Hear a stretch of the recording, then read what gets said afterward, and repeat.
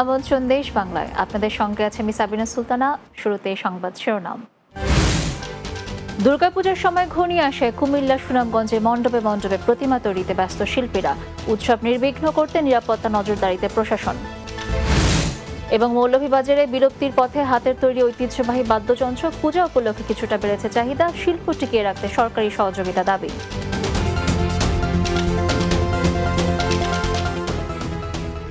শুনছিলেন শিরোনাম, এবারে বিস্তারিত। দুর্গাপূজা উপলক্ষে কুমিল্লা ও সুনামগঞ্জের জগন্নাথপুরে শেষ মুহূর্তে প্রতিমা তৈরিতে ব্যস্ত কারিগররা। পূজার সময় যতই ঘনিয়ে আসছে, শিল্পীদের ব্যস্ততা ততটাই বাড়ছে।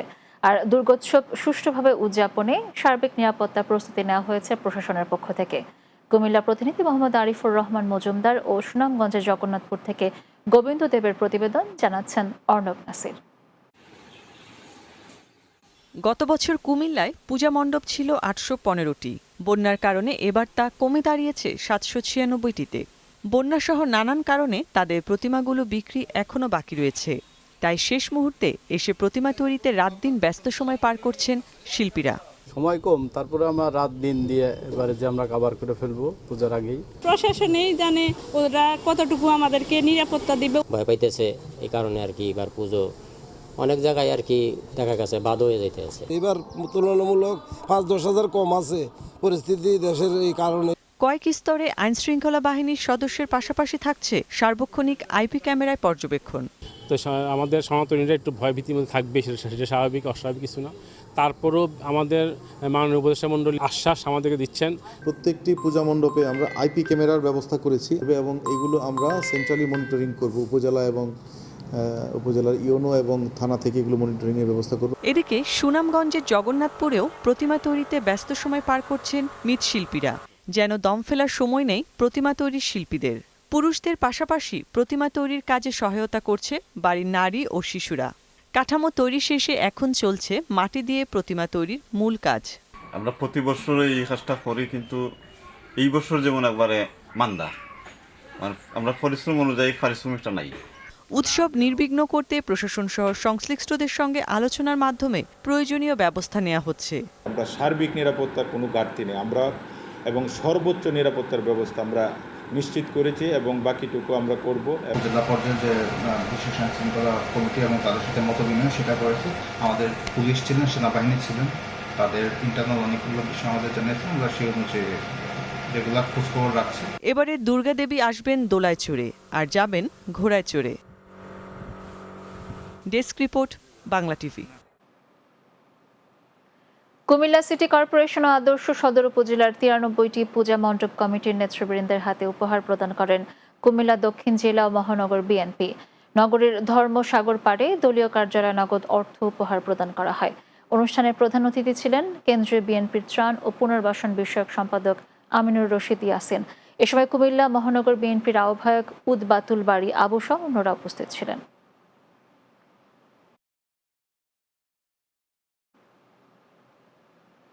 নানা আয়োজনে টাঙ্গাইলের দিলদুয়ারে বিশ্ব শিক্ষক দিবস পালিত হয়েছে। উপলক্ষে শনিবার সকালে উপজেলা পরিষদের সামনে হতে শোভাযাত্রা বের হয়। পরে উপজেলা পরিষদ মিলনায়তনে আলোচনা সভা অনুষ্ঠিত হয়। ভারপ্রাপ্ত উপজেলা নির্বাহী কর্মকর্তা মোস্তফা আবদুল্লাহ আল নূরের সভাপতিত্বে সভায় বক্তব্য রাখেন উপজেলা শিক্ষা অফিসার তারিকুল ইসলাম, উপজেলা মাধ্যমিক শিক্ষক সমিতির সাধারণ সম্পাদক আশরাফুল ইসলাম সহ অন্যরা। এদিকে নড়াইলে বিভিন্ন আয়োজনে বিশ্ব শিক্ষক দিবস পালিত হয়েছে।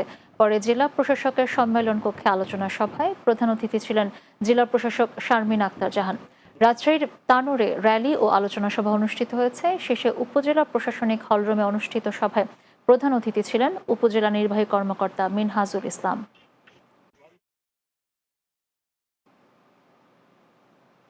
মৌলভীবাজারে বিলুপ্তির পথে ঐতিহ্যবাহী হাতের তৈরি বাদ্যযন্ত্র। একসময় জেলা জুড়ে ঢাকঢোলের কারিগররা বাদ্যযন্ত্র তৈরিতে ব্যস্ত থাকলেও এখন আর সেই ব্যস্ততা চোখে পড়ে না। কিছু কারিগর পূর্বপুরুষের পেশায় টিকিয়ে রাখার চেষ্টা করছেন, এই শিল্পকে টিকিয়ে রাখতে চান এর সাথে জড়িতরা। মৌলভীবাজার প্রতিনিধি আলী হোসেন রাজনের প্রতিবেদন, জানাচ্ছেন মাসুদ রানা। সনাতন ধর্মাবলম্বীদের দরজায় করা নাড়ছে প্রধান ধর্মীয় উৎসব শারদীয় দুর্গাপূজা। মণ্ডপে মণ্ডপে বাদ্যযন্ত্র, ঢাক ঢোলের শব্দ আর ধূপের গন্ধে মেতে উঠবেন সনাতন ধর্মাবলম্বীরা। তাই দুর্গাপূজাকে সামনে রেখে ব্যস্ত মৌলভীবাজারের বাদ্যযন্ত্রের কারিগররা জানান, বর্তমান সময়ে আধুনিক যন্ত্রপাতি আধিক্যে ঢাক ঢোলের বাজনা কমে যাচ্ছে। কাঠ, চামড়া সহ ঢাক ঢোল তৈরি বিভিন্ন উপকরণের দাম বেড়ে যাওয়ায় এখন খুব একটা লাভ হয় না। আগের দিনের মতো ঢাক ঢোলে তেমন চাহিদাও নেই, তবে পূজা উপলক্ষে চাহিদা বেড়েছে কিছুটা। সব জিনিসের দামের কারণে ঢোলগুলোর দাম বেশি, সব যন্ত্রের দাম বেশি, এর দিকে আমরা বিক্রি করতে পারি না। দামের কারণে নিতে চাই না, পূজা উপলক্ষে আনছি মানে ঢোল ঢোলক ঢাক ঢোল সবকিছু। সরকার সহায়তা পেলে পূর্বপুরুষের শিল্পকে টিকিয়ে রাখতে চায় এর সাথে জড়িতরা। যদি সরকার আমাদের সহযোগিতা করে তাহলে এই পূর্বপুরুষের এই যন্ত্রপাতিগুলা আমরা টিকিয়ে রাখতে পারবো। হারানো এই শিল্পকে বাঁচিয়ে রাখতে সকলের সহযোগিতা চেয়েছেন বাদ্যযন্ত্রের কারিগররা। Desk report, Bangla TV. BNP chairperson Begum Khaleda জিয়ার রোগ মুক্তি ও বৈষম্য বিরোধী ছাত্র আন্দোলনে নিহতদের আত্মার মাগফিরাত কামনায় দোয়া ও আলোচনা সভা অনুষ্ঠিত হয়েছে। নেসারাবাদ উপজেলার উত্তর সুটিয়াকাঠি সরকারি প্রাথমিক বিদ্যালয় মাঠে সভা অনুষ্ঠিত হয়। সুটিয়াকাঠি ইউনিয়ন বিএনপির আহ্বায়ক মোহাম্মদ সাইফুল ইসলাম নিপুর সভাপতিত্বে এ সময় প্রধান অতিথি ছিলেন জেলা বিএনপির সদস্য মোহাম্মদ ফখরুল আলম। আশুলিয়া থানা বিএনপির সাধারণ সম্পাদক ও স্বনির্ভর ধামসোনা ইউনিয়ন পরিষদের সাবেক চেয়ারম্যান আব্দুল গফুর মিয়ার নামে মিথ্যা মামলা দেওয়ার প্রতিবাদে সংবাদ সম্মেলন অনুষ্ঠিত হয়েছে। আশুলিয়ার ভাদাইল এলাকায় সংবাদ সম্মেলন করে আশুলিয়া থানা বিএনপি। এ সময় লিখিত বক্তব্য পাঠ করেন আশুলিয়া থানা বিএনপির সাধারণ সম্পাদক আব্দুল গফুর মিয়া। এ সময় ঢাকা জেলা বিএনপির সিনিয়র সহসভাপতি খন্দকার শাহ মাইনুল হোসেন বিল্টু সহ অন্যরা উপস্থিত ছিলেন।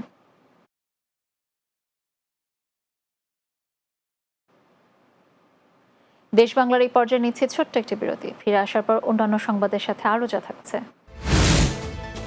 কুমিল্লায় কলেজ শিক্ষার্থীকে ধর্ষণের ঘটনায় জড়িত প্রধান আসামিকে গ্রেফতার করেছে র্যাব। দাউদকান্দি থানা পুলিশের কাছে হস্তান্তর।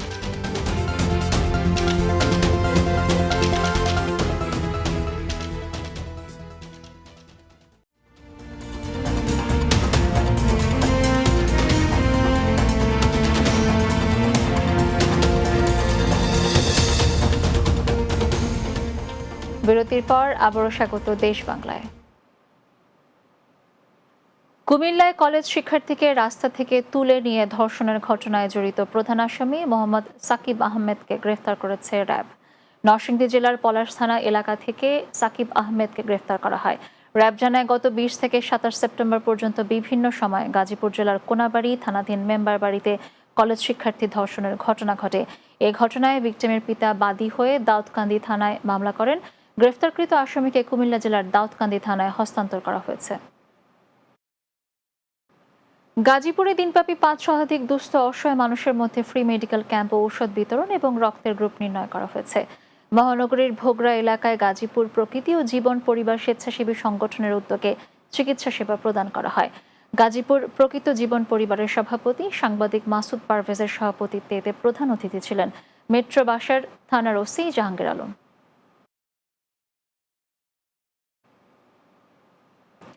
আন্দোলনে নিহত নরসিংদীর মাধবদী পৌরসভা ছাত্রদল নেতা শাওন হত্যার বিচারের দাবিতে সংবাদ সম্মেলন করেছে তার পরিবার। শহরের চিনিশপুর বিএনপির দলীয় কার্যালয়ে সংবাদ সম্মেলন অনুষ্ঠিত হয়। নিহত ছাত্রদল নেতা শাওনের পরিবারের পক্ষ থেকে বক্তব্য রাখেন তার ছোট ভাই অলিউল্লাহ। এ সময় শাওনের মা হাসিনা বেগম সহ অন্যরা উপস্থিত ছিলেন। নরসিংদীতে দরিদ্রদের মাঝে ছাগল ও প্রতিবন্ধীকে হুইল চেয়ার বিতরণ করা হয়েছে। স্বেচ্ছাসেবী প্রতিষ্ঠান উদ্দীপ্ত তারুণ্যের স্বাবলম্বী প্রকল্পের উদ্যোগে এসব বিতরণ করা হয়।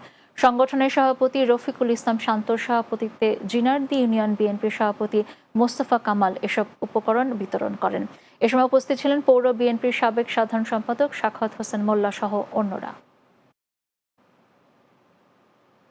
নোয়াখালীর বেগমগঞ্জে Dhaka university alumni association Australia Sydney শাখার উদ্যোগে বন্যায় ক্ষতিগ্রস্তদের মাঝে ত্রাণ সামগ্রী বিতরণ করা হয়েছে। আব্দুর রাজ্জাক ওয়েলফেয়ার সোসাইটির ব্যবস্থাপনায় প্রায় 300 পরিবারের মাঝে ঔষধ সহ খাদ্য সামগ্রী বিতরণ করা হয়। এতে উপস্থিত ছিলেন অ্যালামনাই অ্যাসোসিয়েশন সভাপতি কামরুল মান্নান আকাশ, সাধারণ সম্পাদক লিঙ্কন শফিক উল্লাহ ও আব্দুর রাজাক ওয়েলফেয়ার সোসাইটির সাধারণ সম্পাদক অ্যাডভোকেট ফাহমিদা জেসমিন পলি সহ অন্যান্যরা।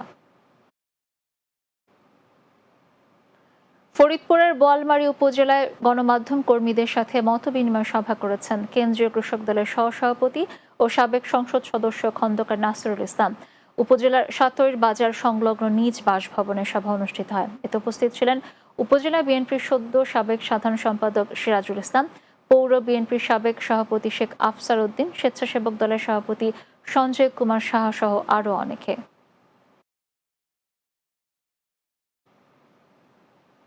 শেষ করব দেশ বাংলা, তবে যাওয়ার আগে সংবাদ শিরোনামগুলো জানিয়ে দিচ্ছে আরও একবার। দুর্গাপূজার সময় ঘনিয়ে আসা কুমিল্লা সুনামগঞ্জে মণ্ডপে মণ্ডপে প্রতিমা তৈরিতে ব্যস্ত শিল্পীরা। উৎসব নির্বিঘ্ন করতে নিরাপত্তা নজরদারিতে প্রশাসন। মৌলভীবাজারে বিলুপ্তির পথে হাতের তৈরি ঐতিহ্যবাহী বাদ্যযন্ত্র। পূজা উপলক্ষে কিছুটা বেড়েছে চাহিদা, শিল্প টিকিয়ে রাখতে সরকারি সহযোগিতা দাবি। এবং কুমিল্লায় কলেজ শিক্ষার্থীকে ধর্ষণের ঘটনায় জড়িত প্রধান আসামিকে গ্রেফতার করেছে র্যাব। দাউদকান্দি থানা পুলিশের কাছে হস্তান্তর।